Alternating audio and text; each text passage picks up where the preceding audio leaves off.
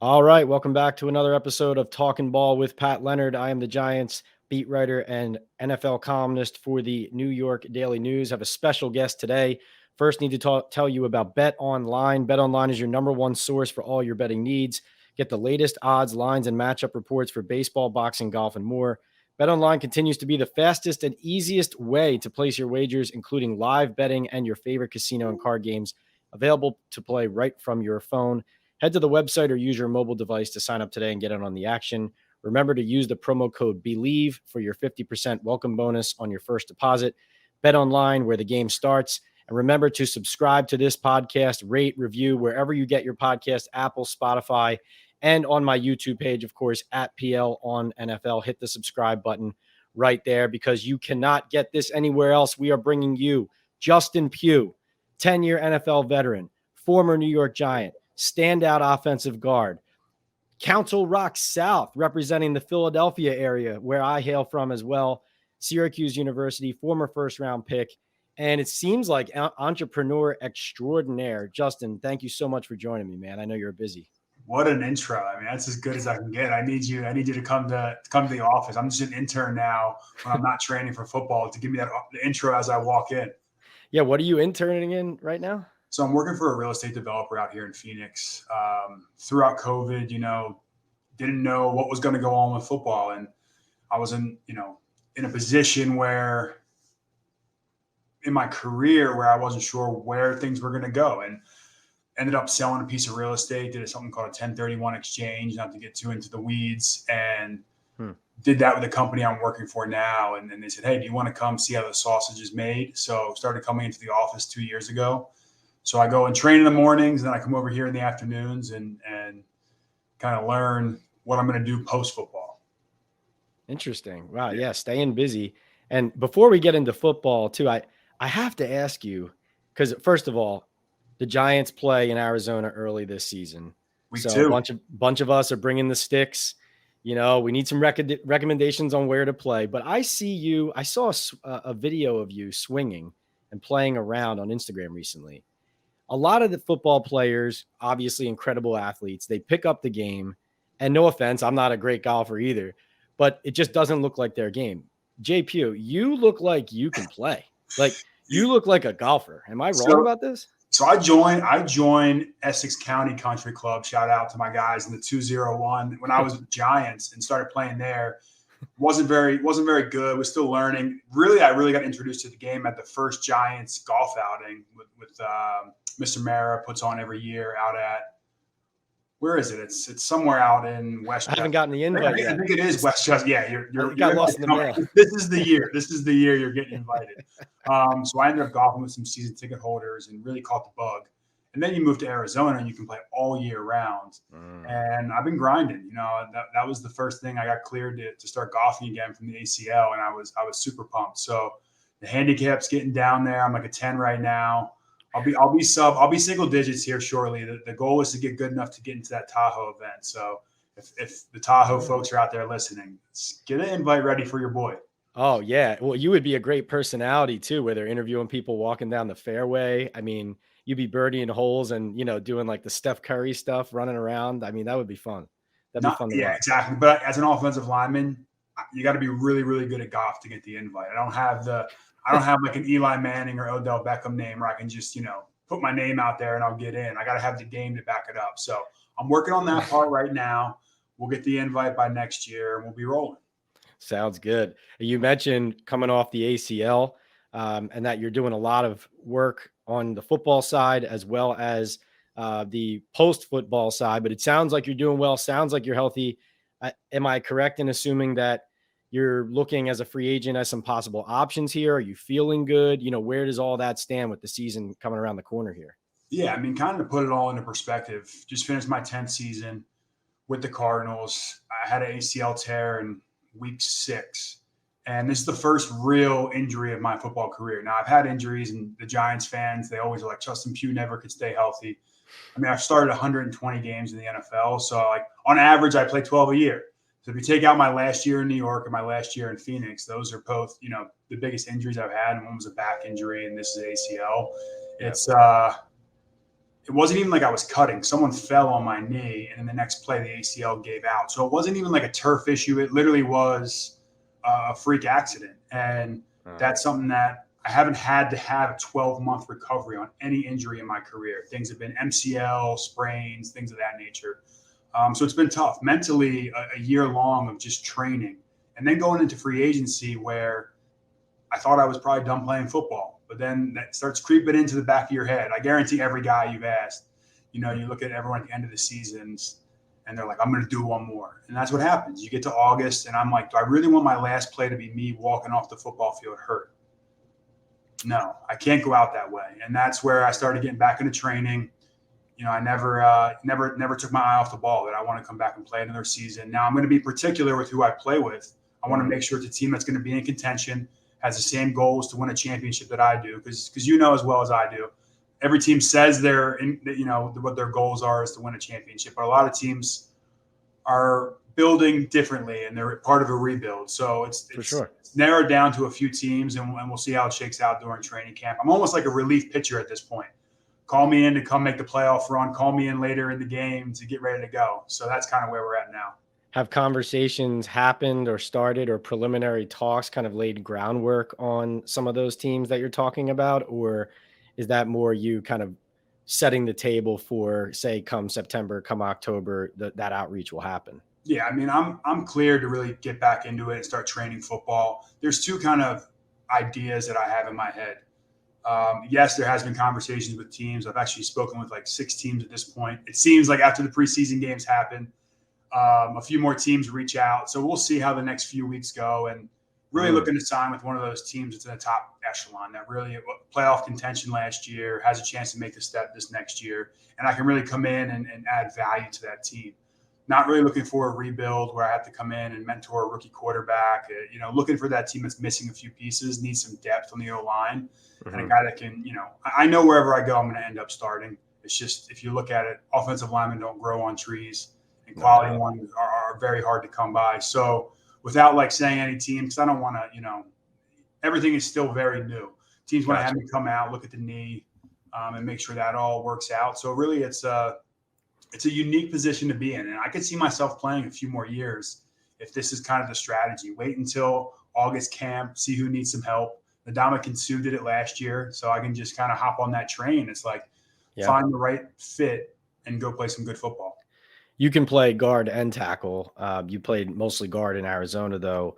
Would you be open to either one, depending on what this team in contention needs? Or is guard really kind of your bread and butter and where you think you could help somebody the most? Yeah, I mean, I think in particular left guard is where my position of value would be. Like, I'm one of the best left guards in football. I mean, I'm not like the biggest mauler run blocking left guard, but our league throws the ball predominantly, and I'm one of the best pass protectors. And I'll put my pass protection against any guard in the NFL. And I get it. Teams need to have the young guys go out there and see what they can do. And they brought in these free agents, and that's fine. I mean, throughout the course of my career, they've brought in rookies. They brought in people to try to replace me. And I've always been on the field. Every time I put the pads on, I start in the NFL. And that's something I'm very confident that I'll be able to go and contribute right away to a team. And then the veteran presence. I mean, that's something that I've gotten better and better at learning how to be a pro. And, throughout my time in New York, I was still young, learning the game, and I feel like I have a pretty good handle on where I'm at now. So that's kind of the process that I'm going through right now. The knee is getting final clearance. I start, training all my offensive line stuff and pushing that at this gym I'm at right now called O-Line Performance, which is started by LaCharles Bentley. So I'm going to be with offensive linemen. I've been training there the last few years. So I'm going to be very confident that I'll be able to step in with the team and provide that value right away. All right. So I know you don't want to give away specific names of teams, but I have to ask you, I'm here in New York, New Jersey. You played 5 years, you got drafted first round by the Giants. Not only were the Giants in the playoffs last year and looking to make the next step, but then you have the Jets now, even though they didn't make the playoffs. Now they have Aaron Rodgers. They got some offensive line issues. They might be Super Bowl contenders. So I have to put it to you, are the New York teams an option? Are those teams that you're looking at or would consider in your free agency decision? 100%. I mean, the Giants are one of those teams that I'm definitely eyeing. There's no denying that. I've mentioned it on Twitter before. It's where I started my career. I would love to finish it there. But they also have, things in their organization that they had to get figured out. They had a lot of contracts this offseason that they had to get squared away. They had some younger offensive linemen that they brought in who were really good players, and they wanted to see them go out there and see what they can do. So we still have a ways to go and how that shakes out. But I do love my New York Giants. I'm still, a big supporter. I watch from afar. Got a chance to – Saquon was out training where I was training this offseason. Got a chance to meet him. Cool. He's a great guy from the brief time that we spent together. And then on the other hand, you have the Jets. And I ran that offense when we were in New York. Ben McAdoo ran the Green Bay style offense. Aha. Nate Hackett was my offensive coordinator when I was at Syracuse. So I have a really close relationship with Nate Hackett. But they have a left guard. I mean, they have Laken Tomlinson, who's a great player. Right. I prefer, and kind of to go back on your last question, I would prefer to play left guard. Now, if I get into an organization, and this is what I've done my whole career, almost to a detriment, that was part of the reason why I ended up getting hurt in New York, is I would go from left guard 1 week to left tackle. Then we're going on Sunday night to play the Broncos, and I got to go to right tackle and end up messing my back up. Because when you switch sides, and people don't maybe understand the intricacies of playing offensive line, everything just flips in your body. And it's like going to the bathroom and having to wipe with the other hand. You get the job done, but it's not as clean. And sometimes things can go wrong. And that's what happened. I ended up tweaking my back in New York, talking with the coaches and GM at the time. It was like, all right, let's shut this down. We're 2-. I think that was our first win of the season. We played the Broncos on Sunday Night Football and won. Right. And Orleans Darkwa. Exactly. And we end up, they're like, hey, we're going to shut you down. We're going to get this contract figured out. And then a new regime comes in, and like Dave Gettleman didn't promise me a thing. So I had all these, I'm like, oh, me, Jerry Reese, Ben McAdoo, we'll get this figured out. All of a sudden, they're all gone.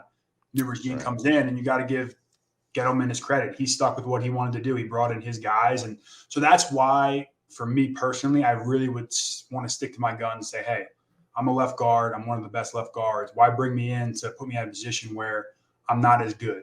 Now, I'm a team player. I've always been a team player. I'll play wherever I need to play. But to start, I would prefer to start out on the left side. Yeah, no, I hear you. The bread and butter.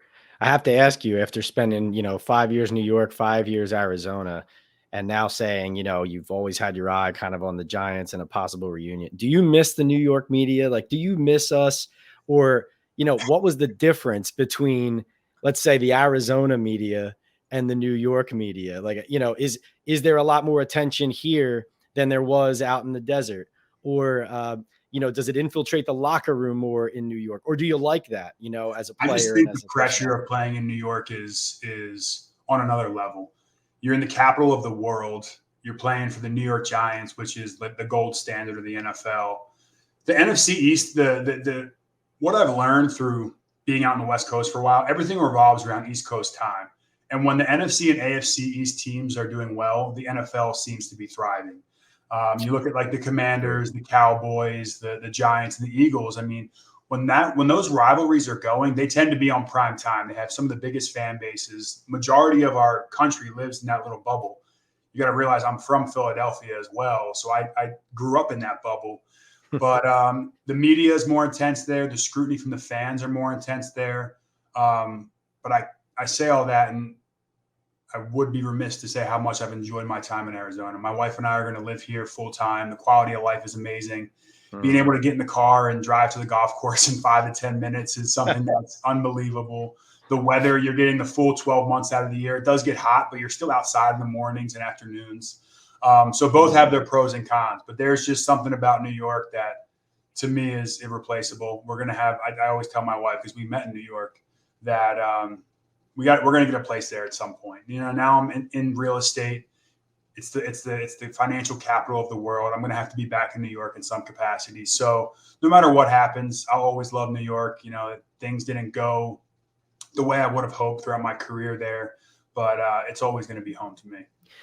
Well, you're also, I'll never forget this. You are a permanent fabric of the community here, not just as a standout player for the Giants and, a leader in the locker room, always spoke up, but I'll never forget when you played detective in Jersey City and you had that guy stealing stuff off of your doorstep on camera. I remember, I think it was like $3,000 worth of merchandise. And then you and your neighbor, Bill, ended up catching this guy.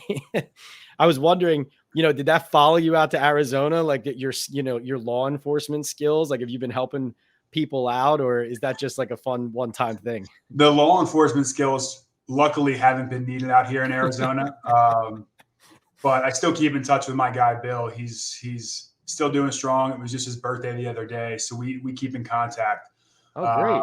He's doing well. He's hoping I come back to one of the New York teams. He always calls me and tells me. And you helped him out too, right? You helped him out. Yeah, we were able to help him out, but he actually now he's self-sufficient. He had worked out. He was in the truckers union. He drove produce in trucks for 40 years. He ended up finding that he had a pension that he never knew about. So now it changed his life. So I'm not helping out anymore, just kind of more morale, keeping up with him. But, just like anyone that's 75, he's got some health issues, trying to figure things out. So he's like, the one thing I want is for you to win a Super Bowl before you're done playing. So I got one last promise to fulfill to him. All right, Bill. Yeah, hope you're listening. And that's exciting and a great update. All right. So flipping back to football, you, of course, as a standout offensive guard, and like you said, outside of a couple years, you've essentially played every game, been a durable player, and you faced some of the best defensive players, pass rushers, defensive linemen in the game week in and week out. So I wanted to just put it to you. They could be names that everybody would say. Otherwise, they could be some sleepers. But I wanted to ask you, as an interior offensive lineman, when you're facing these defensive tackles, do you have a top 5? Who are the top 5 defensive tackles you faced in your NFL career? And it could be fastest, toughest to handle in the run game, or just down somebody who gives you fits. Yeah, so I get this question a lot, and there's one name that kind of stands above the rest, and then we'll kind of get into like the next tier of guy, which is crazy to say. But I started out at tackle, so you have all those guys everyone knows about. Everyone knows about your left tackles and your edge rushers. But once I moved into guard, I was like, oh, how good can these guys be? I just thought, I had this tackle mentality of like, no one could be as tough to block as a Von Miller or TJ Watt or insert whatever premier pass rusher. But then I got inside and started going against Aaron Donald. And I played against him in college, played against him a few times in New York. And then I signed with the Cardinals, and I had to play against him twice a year. I don't like Aaron Donald. Me and him had never had a conversation. I played against him probably in my 10 years. I probably played against him 12 to 15 times. He walks off the field every time, never shakes your hand after the game. So like, I'm not like a fan of him as like a person. I don't know him as a person at all, but you can't help it. You have to respect that guy. He is by far the best defensive tackle probably to ever play the game.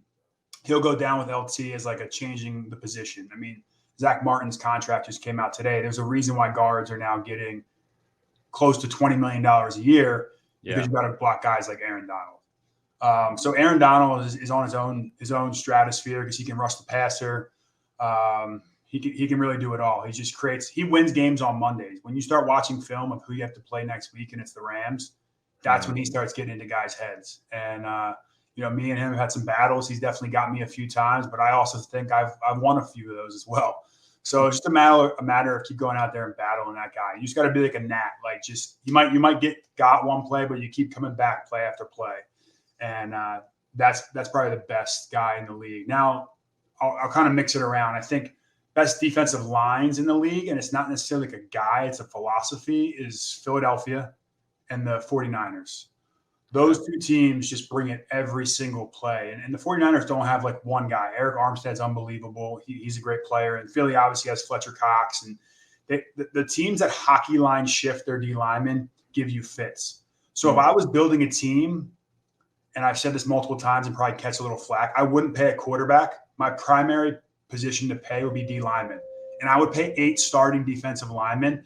Like I even tell the quarterbacks that I play with, like, hey, once you get really good, like let's just use, Patrick Mahomes, for example. He's probably a bad example because they just won the Super Bowl and how he was making as much as he was. But up until last year, a team has never made or have never won a Super Bowl with a quarterback making over like, I think it was like 16 or 17% of the cap. So in my opinion, I'm like, all right, I'm a numbers guy. Let's allocate the cap to where it increases my odds of winning a championship. And offensive line, defensive line, I even put the defensive line above the offensive line. It's how you know it hurts my soul to say this. I give them their own locker room. Like, no one talks to my D linemen. They do their own thing. And the Giants actually, Dexter Lawrence was watching him last year in the playoffs. That's how you win in the playoffs, dominating interior defensive line play like that. So it's good to see that some teams are starting to kind of build around that philosophy. And if you're a guard, when you see that kind of fresh change of linemen come in, there's got to be kind of like an extra deep breath you take, right? Because they're not the starters, but like you said, when the teams really invest money in them, like the Niners and the Eagles, these are guys who usually could end up starting for another team, right? Like you said, like in Ndamukong Suh last year, yes, he was getting older and a veteran, but he could have been a starting defensive tackle on other teams that weren't as deep. Instead, he's coming off the bench for the Eagles, and he's right? Fresh. And I'm like, this isn't fair. I just did a 10-play drive, and now we're in the red zone. I got to go against a fresh D tackle. I remember the Eagles used to have this guy, Bo Allen. He was like a smaller, not the biggest guy, but he was like the strongest defensive tackle. And he had one move. You knew he was going to throw this hump move, and that's all he had. And you would sit on that hump move, and he still would get you with the club and still get you, because he would come in and give you the hardest 3 plays he could, and then he would go right back out, and Fletcher Cox is back on the field. So it's like guys like that it's just like, and they're getting paid. D linemen have it made. Like, they have the easiest careers, because give me 4 plays hard and then come off for 4. Like, no offensive lineman has ever done that. Right. And you're essentially just being paid to attack, right? So, I mean, yeah, you do have to be able to see the play and make some certain decisions, but largely your ability to win a physical battle and attack somebody is your job, right? And you get 1 sack a game. That's 16 sacks over the year. You're going to be a Hall of Famer. So win 1 out of 70 plays, and you're a Hall of Famer. Right. Absolutely. It's not a bad deal. All right. So you got Aaron Donald, you got the Eagles and the Niners as groups. Anybody else kind of stand out, whether it's power or speed? Yeah, there's definitely a few guys around the league. You look at Fletcher Cox, the longevity that he's had. Dexter Lawrence, like I mentioned, just an absolute animal. Quinnen Williams in the Jets, he's kind of starting to pick it back up. Another guy that I think has all the tools, is still trying to put it all together, is Derek Brown, the young defensive tackle. I'm glad you said him, because I was actually going to ask you about him, because I saw him in person for the first time last year. Remember, the Giants liked him coming out in the draft, but they already had some tackles. They had to go elsewhere. He is a load, man. Like he wrecks. He's one of the best young players. He's just still figuring out a few things, but when you put your hands on him, he's still going to push anybody back. And then just a heck of a player. So that's one of the guys that, was always very good. Look at the Redskins. I mean, NFC East, there's some problems on the defensive lines in there, because you have Payne and you have Jonathan Allen in the Redskins that are can't say Redskins. Sorry, the Commanders. It's all good. Who knows? I heard there's a petition to go back to the Redskins, so who knows where they're going to end up. Yeah, supposedly they've been using the old nickname in the building, and the theory is that by doing so, they're trying to let it float out, like almost like crowdsourcing. Like, are people getting angry about this, or can we go back to it? Right. Well, you just see it. It's infiltrated me, so I already did it. But the Commanders, they got a great D line. There's some guys across the league. There's a reason why offensive linemen's pay is going up, is because those guys are getting harder and harder to block. Yeah, well said. It's a reason why teams are still calling me. So one thing that's a big topic right now around the Giants, just because of what's happened the last few days, is Brian Daboll's temper. And, let's say once a practice in 11 on 11, let's say a call doesn't come in fast enough, or there's a penalty, or a receiver runs the wrong route, whatever, he's screaming like it's week 18 or like it's a wild card playoff game. Then it kind of culminated in their preseason game against the Lions. They gave up a punt return for a touchdown, and the cameras on TV actually caught him glaring at the special teams coach, along with like chewing out the offensive lineman, etc. So my question to you is, you have had a bunch of different head coaches, unfortunately. Does screaming work? Like, does in the NFL with professionals, does screaming all the time work? You have to know your audience. Like Tom Coughlin, like he put the fear of God in you. Like I was like, if he comes over and yells at me, I'm nervous because of who he is and what he's accomplished. And there's other guys where, the screaming and yelling won't work. So it's knowing your audience and when to love them up and when to hit them with tough love. I came from Syracuse, where I had Doug Marrone, who's a very, vocal coach as well, and he's now the offensive line coach down in New Orleans. But I had two very hard coaches to start my career. And Ben McAdoo would go off on guys. He would also love you up. Ben McAdoo has a lot of slack in New York, especially because of how the whole Eli benching, Geno Smith debacle. If you look at it, Geno Smith actually is a pretty damn good quarterback. He just got paid a lot of money to go be a starter. No doubt. Justin, not to go on a tangent, what goes overlooked is I know that you guys lost that game, or the Giants lost that game in Oakland, I think it was at the time. But Geno actually played pretty well in that game.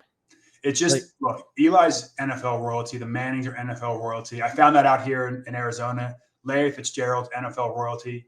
There's one thing I'm doing if I'm an NFL coach is I'm not messing with NFL royalty. But I really think that set Coach McAdoo's career back. I mean, he's an awesome coach. I think he deserves another shot at a head job. But he just kind of you play with the bull, you get the horns, and the horns just happen to be New York City, and the folks in New York are avidly loyal to Eli, and as they should be. 2 Super Bowls, Hall of Fame career. Yeah. I just think that whole season things snowballed and just got out of control, and everyone had to go at that point. Yeah, it was unfortunate. But again, he got into guys. Interesting. But he also had some good philosophies. And then I had Cliff in Arizona, and Cliff is not a yeller, but when your job's on the line and your livelihood, and that's what you do to provide for your family, you need to have a little spark. And so it's good to see that from Coach Daboll. And I'm sure he loves his guys up behind closed doors, or, I've seen him having laughs with players. So I know there's a good balance there, which is what you need. And kind of off of that, I'm asking you about head coaches. Earlier, you're talking about if you ran a team, you sound like a guy who might be in the front office one day. But I know you as a player in the locker room and as a leader of a locker room. Like when I first came into the Giants, 2016, 2017, you were one of the few guys in there who, if something difficult needed to be talked about, if someone needed to speak for the team when a lot of people didn't want to, it was often a guy like you.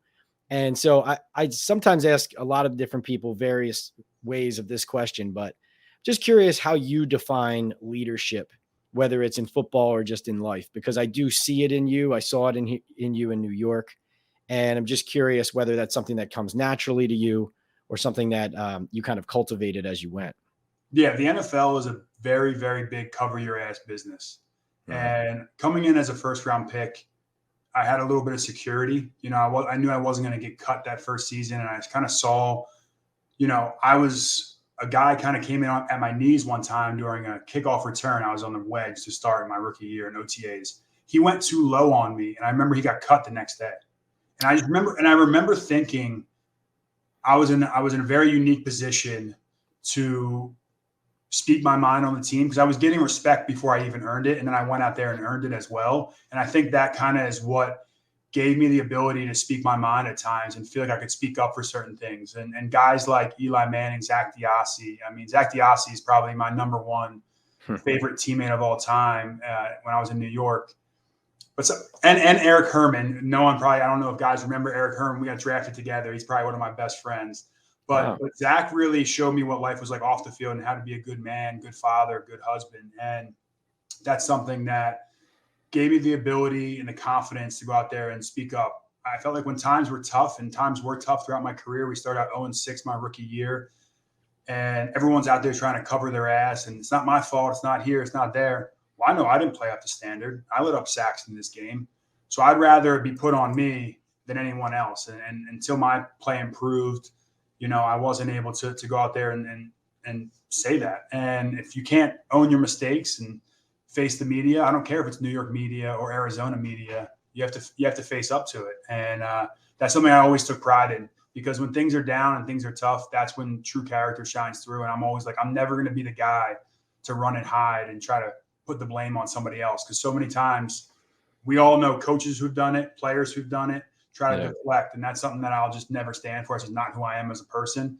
And maybe looking back, maybe it's because I had a little bit of security. So I felt like I was able to speak up, but it's something that's translated. And I think that resonates with guys. I hope that's something that when I'm done playing, teammates will remember, like, hey, Pugh was a good guy. He stood for what was right and what he believed in. Not, sometimes I say stupid things because I just speak off the cuff sometimes, but just who I am.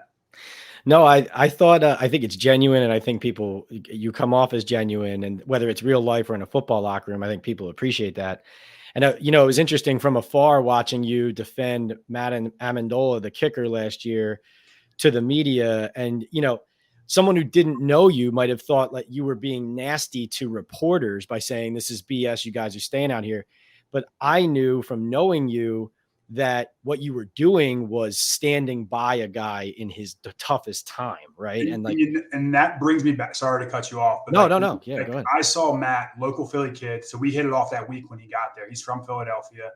We grew up doing the same thing, same lifestyle. And all that kid wanted to do was beat Philadelphia. When I was playing for the Giants, all I wanted to do was beat the Eagles. Like that was my number one goal. If I beat the Eagles that summer, I knew when I would go down the Jersey Shore, I wouldn't have to hear Eagles fight songs. I'd have a good comeback.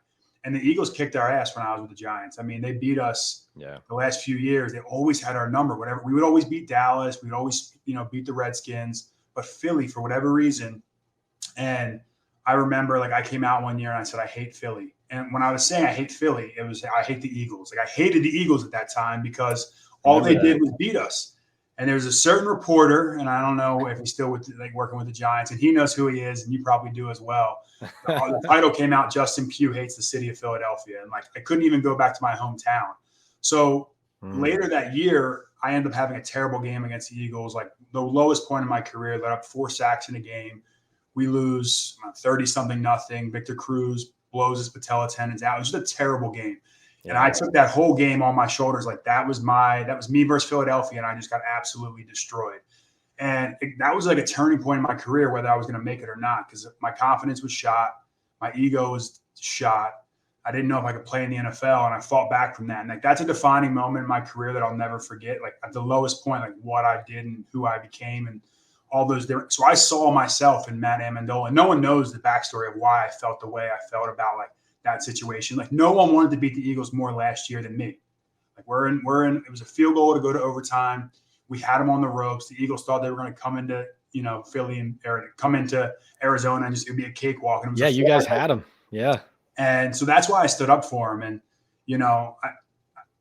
I love Philadelphia. I love where I'm from. I love who it became, but I want to beat them because I'm so competitive. I want to be able to go home and talk smack to my gym teachers and the kids I grew up with. But that's why I felt so passionate about defending him last year. So, yeah, you're right.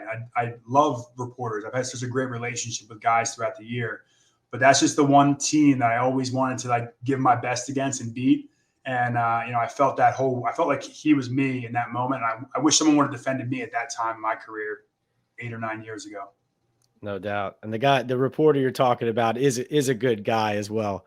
But yeah, no, I remember that well. And listen, as a reporter in New York, New Jersey, from Philadelphia, I can't tell you, but once it got out on a TV show in 2014 or something, when I was covering the Rangers in the NHL, once some guy blurted out that I was from Philly when I picked the Eagles against the spread on a television show.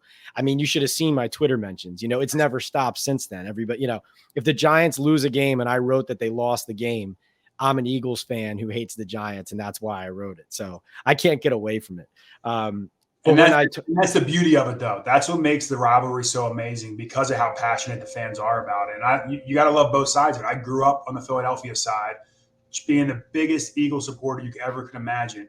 And then the Giants allowed me to fulfill my childhood dream and change my life. Yeah. So I have such great memories with both. It's tough, but when you play for a team, you always want to beat the opponent. I don't care who it is. I don't care if look at the Super Bowl last year. You have the Kelsey brothers. How is their mom dealing with it? It's both her sons. It's the business we're in. It's the beauty of it. And if the Eagles and Giants didn't hate each other so much and we had to deal with the ramifications, NFL wouldn't be as great as it is. Yeah, no, well said. And along the lines of, we're talking leadership, we're talking standing up, of course, I have to ask you, as you played with the Cardinals, you played in Arizona, the quarterback there, Kyler Murray, has come under a lot of heat, a lot of fire. We know he's talented, but then there was the whole contract with the homework clause that had to be taken out of it. He's, of course, recovering right now, but he's been under the microscope. He's taken a lot of heat. I'm across the country from all of this, but have seen it from afar and also done some reporting on it. But as a guy who's been in that locker room with him, played with him, what do you make of kind of the criticism Kyler has taken, especially like in the last year or so, because he certainly doesn't seem to be getting the benefit of the doubt publicly like he was when he came in and kind of started taking the league by storm a little bit. Yeah, I mean, I think if you just look at if we just quickly touch on track record with Kyler, like he's been to the Pro Bowls. He made watching the Arizona Cardinals exciting again. Like when I came to the Cardinals, we were historically maybe the worst offense in NFL history. We had just drafted Josh Rosen, and I like Josh. No offense to Josh, but clearly what Kyler brought to the table was dynamic. And Cliff coming in, we start out 8-0. We're the best team in the NFL at the time, and all of a sudden, things start to go downhill.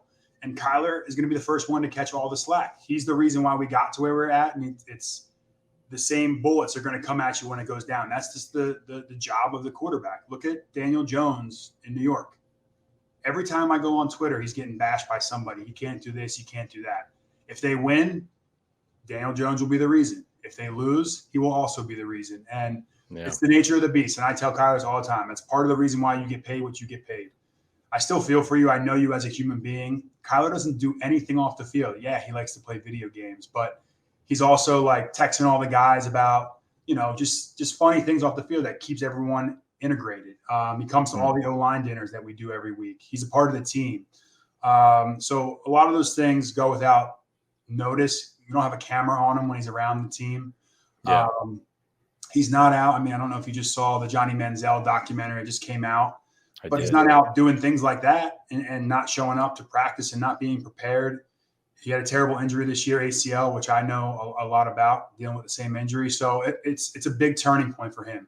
He has a lot to prove. And this year will be a pivotal year for Kyler and the Cardinals, because if he can come back and be healthy and be who he is, I think the Cardinals have a chance to really do some good things.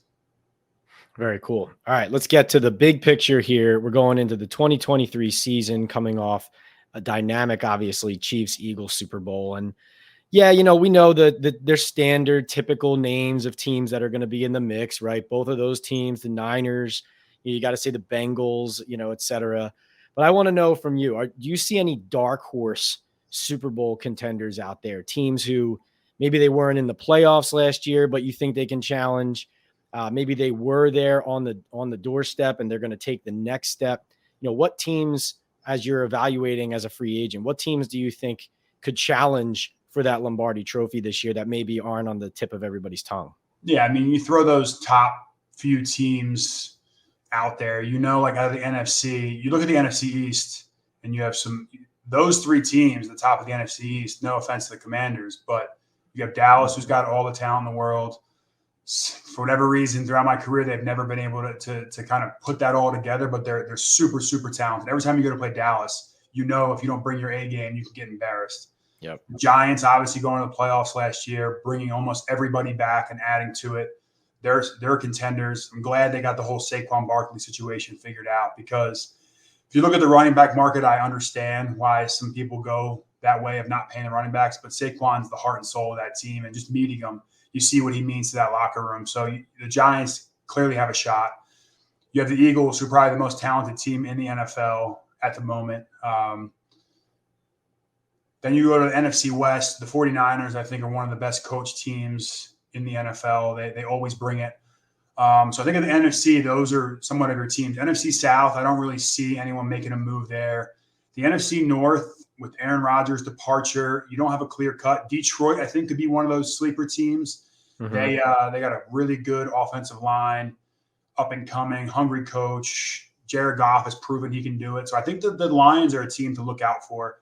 The AFC East, you can literally throw a dart on a dartboard and not know who's going to make it out of the AFC. The AFC, I should say. For sure. The Chiefs are clearly the favorite. You look at the Bengals and Bills, the next tier down, it's like they've gotten there. They haven't gotten over the hump, so who could do it? You look at the AFC East, you have the Jets, who everyone's going to project to be the favorites because of Aaron Rodgers. I think Miami ends up being a sleeper team in the AFC East. I think McDaniels down there, the head coach, coming from Shanahan, he has one of the best offensive schemes in the NFL. I think they do a lot of great things. A lot hinges on Tua, his health. I the Dolphins could be there. You have the Patriots, who are always in contention. Yeah. And then you have the Chargers out west. I think the Chargers out west, a lot of teams don't maybe have the respect for, like the Bills, Bengals, Chiefs, but they have some serious talent and they could definitely make some noise. So those are kind of my teams that I'm looking at. Not that all those teams I've talked to, but those are teams I think, regardless if I talk to or not, could definitely make some noise. No, yeah, for sure. Yeah, I have to make my picks this week, and the Bengals are the team that I want to pick. But after Burrow's little injury tweak, I mean, he could end up being totally fine. They've also lost their 2 starting safeties last year. I really love how they're put together. I like their defense, and if Burrow's healthy, I feel like it's one of those. I think in my head, okay, will Joe Burrow not win a Super Bowl in his first, I don't know, 4 or 5 years? Yeah, and to me, I say, yes, he will. Is this the year? Yes, it is. As it sounds, they were saying that about Josh Allen and the Bills. You're like, there's no way they're not going to win a Super Bowl with the talented team and Josh Allen. And when you have so many juggernauts, they just beat up on each other. The NFC seems like you could probably name 3 or 4 teams that really have a chance to make it out of the NFC. And, that's kind of a little less path of resistance to get there. Like, you're not going to get beat up as much throughout the regular season, and then through the playoffs, it might be a little bit of an easier road. Yeah. I apologize to you and our listeners. It sounds like somebody's using a jackhammer outside my house. I don't really know what's going on here, but last team I wanted to ask you about, and then we'll get you out of here. But the Seattle Seahawks, I went to Seattle with the Giants last year. Seattle got the best of them. They had a great draft class last year. And you mentioned Geno has really stepped it up and is playing really well. Do you think that they could contend, or are they still like a young team that maybe is a year away from that? Yeah, I still think they're a little bit further away. They'll probably finish second, I would say, in the NFC West. I think San Fran wins it. It's a tough place to play. When you have that home field advantage, it makes all of the difference. That's the one thing that Arizona is still figuring out, because the team's still so new. And I never realized this. When I came out here to Arizona, we would play the Eagles, the Giants, the Steelers, the Bears. And there's almost 50-50 split between Bears fans and Cardinals fans. And the home field advantage, and now we weren't winning games, but even when we were 8-0, they were still packing out. The Steelers fans were still packing out. Seattle has this home field advantage that gets them 1 or 2 wins a year that they probably have no business having, because it's such a great atmosphere and it's impossible to communicate there. So I think, Seattle could make some significant improvements. I think their defense still has a little ways to go, but and they've moved on finally. Russell's out, and last year was like a great step in the right direction. But I think they're missing a few too many pieces to kind of push for a serious playoff run. Gotcha. Well, no, Justin, we love that you had the time to come on the Talking Ball podcast. I understand. I believe it's your birthday tomorrow, right? Happy birthday. Yeah, 33 and feeling better than ever. Man, 33. That's young. I remember the days. Also, congratulations. I meant to say right at the top, congratulations, baby on the way. I understand, correct? The goal this year is to be holding I'm having a baby girl, is to be holding her at a Super Bowl with the headphones on, like you've seen in those pictures. So yeah, if you can make the right pick and tell me who's going to win the Super Bowl this year, that would be super helpful. Or just either team. I'll even get it and lose it. Just getting there would be unbelievable. So just let me know what your crystal ball says tomorrow. Wow, that'll be amazing to see that come full circle, to see that photo in February. I hope that happens for you. Remember, everybody, we are sponsored here by Bet Online and by Estate 98 Coffee, ultra concentrated coffee from El Salvador. You can make it in 3 seconds. Go to Estate 98 Coffee on Instagram and order yours today. Justin Pugh, ladies and gentlemen, we will look for you to A, join a contender, and B, be on the field in February at the Super Bowl. Can't wait to see it. And congrats on all your success off the field, and hopefully some more success coming on it. Thank you, man. I appreciate you having me. It's been good to catch up. You got it. Take care. See you.